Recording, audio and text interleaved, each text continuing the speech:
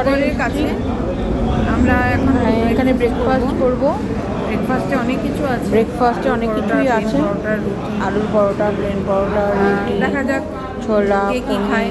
আলু ভাজা, ডিমের অমলেট, দেখা যাক কে কী খায়। সবাই এখন বসে বসে ওয়েট করছে। বাবা দাঁড়িয়ে আছে,